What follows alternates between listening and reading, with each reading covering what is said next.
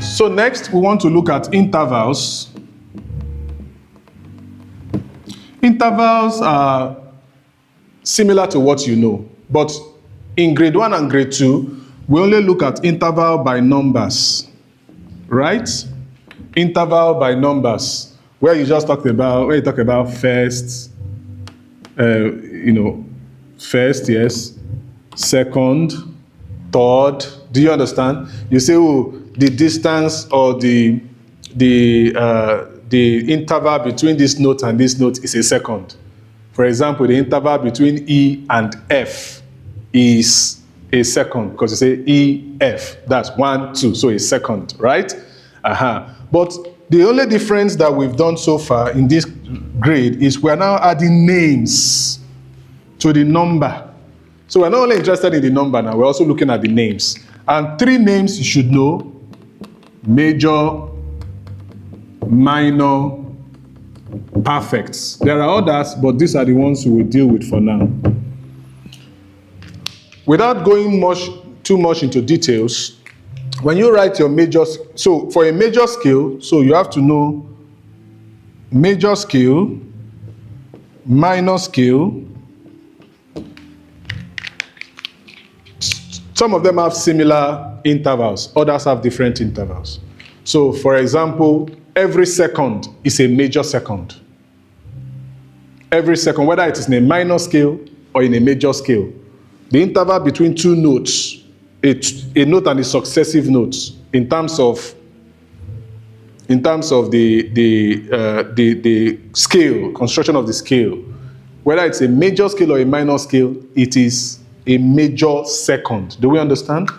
You can go back to, like I said, I'm not reteaching the whole thing. We've already done it before.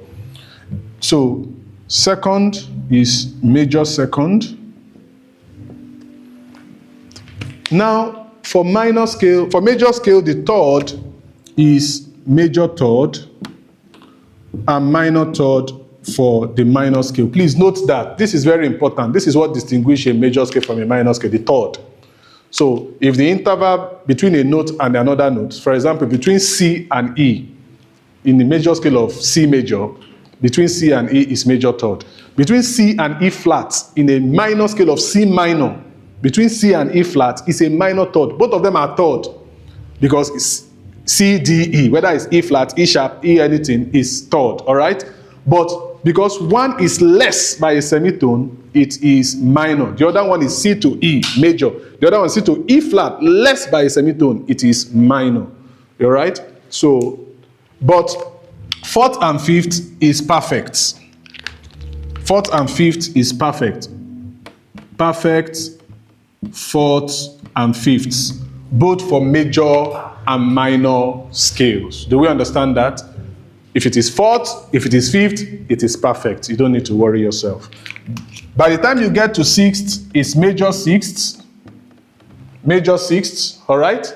But it is minor sixths for harmonic minor, because you are not raising the sixth note of an harmonic minor, right? So it is minor sixth. But when you are ascending from melodic minor, because you are raising the sixth note, it is major sixth. So the purpose of raising your sixth note and your seventh note in an harmonic and a melodic minor scale is to make that minor scale behave like a major scale. That is why you are raising the sixth note and you are raising the seventh note. So when in an harmonic minor, because we don't raise the sixth note, it's still behaving like a minor scale, so it's minor sixth.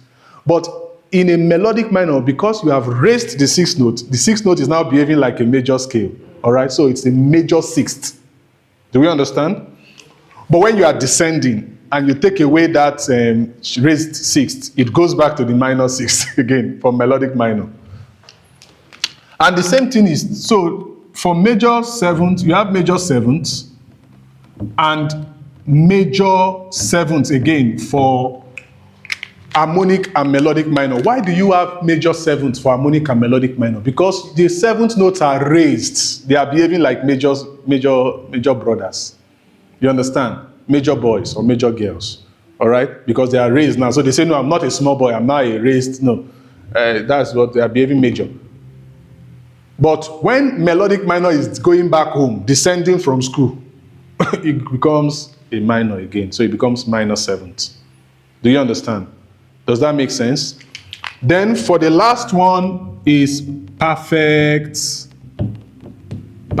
eighths, or what you call an octave, both for major and for minor. So you see, for major, all the intervals are major, apart from fourth, fifth, and eighth, which is perfect. No minor interval in a major scale. Do we understand? But for a minor scale, we have a combination of major and minor intervals. Second is major, third is minor, sixth is minor or major depending on whether it's harmonic or melodic. Seventh is mostly major, but could be minor when you are descending in a melodic fashion. All right? So that's that about intervals. Now let's go to tonic triads. Tonic triads.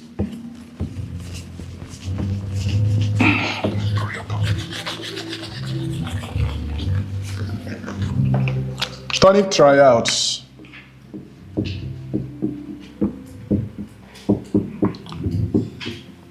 Tonic triads is the same principle of tonic triads you already know.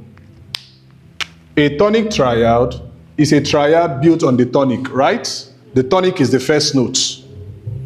So whatever triad you build on the tonic, you take the tonic as the first note, then the third note is the second component of the triad, then the fifth degree is the third component of the triad.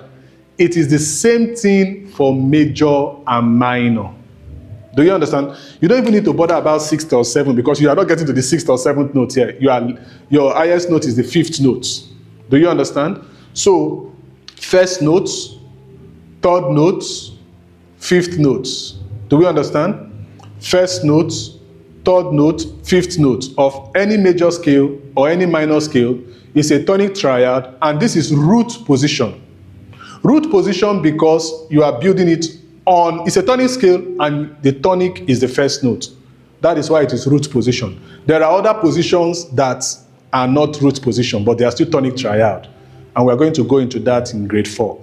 But for now, you'll just be examining, oh, you have your minor scale, they give you a triad, and they might ask you what's the name of this, what's the tonic? Don't quickly say it is major. I gave you an example that, for example, if you are given a scale of E flats, this is already E flat, key signature, right? E flat. And then you are given a note here, and let's say this is C, and another note is here, G. This is C, G. And then there's an empty something here. And they ask you, what is this note? Don't say, of course, this is supposed to be E flat, right? So if you put a note here, E flat, the tonic is C. Can you see that?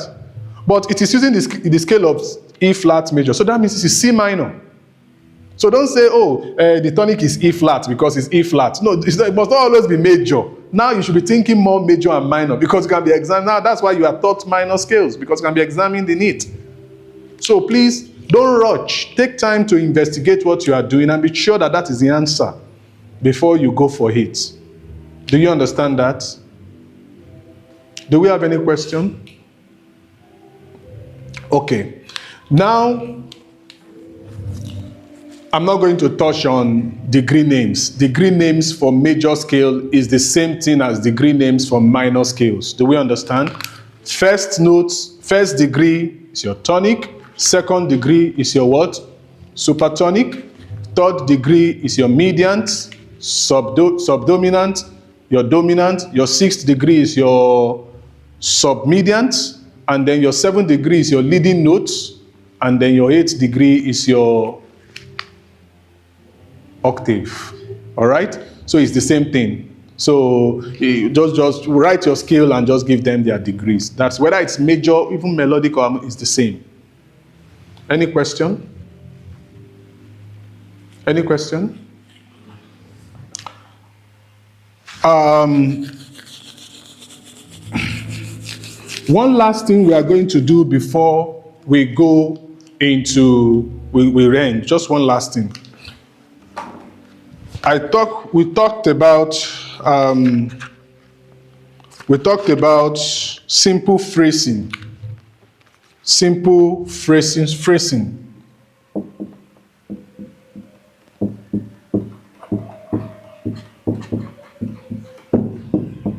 Simple phrasing. And I told you that phrasing simply is just like music phrase. Think about English phrase. It's not a sentence, please. It shouldn't make a complete sense. But at least it makes a meaning musically. All right? And there are different ways to note that. You can think about repetition. Is a particular line repeating itself? Then that line is a phrase. In fact, if you know a song already, maybe the song you are giving, you know a song and you can put it like a poem. Each of those lines of the poem is a music phrase for you. Okay? Each of those lyrical line is a music phrase for you.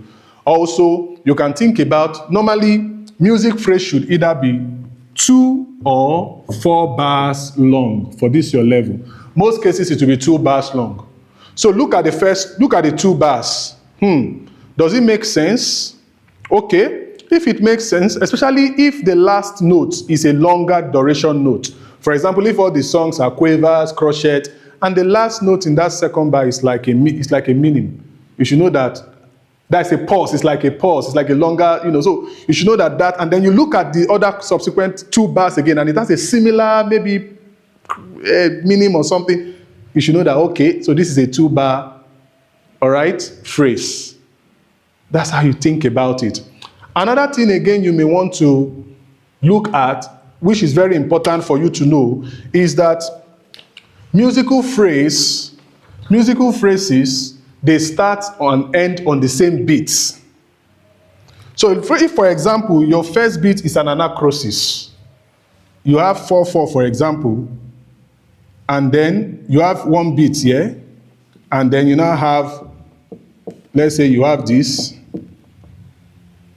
Let's say, just for example case, you have this, and then you have this, and then you have this, and then you have this, and then you continue. Now, this may be your first phrase. You stop here. You don't stop here.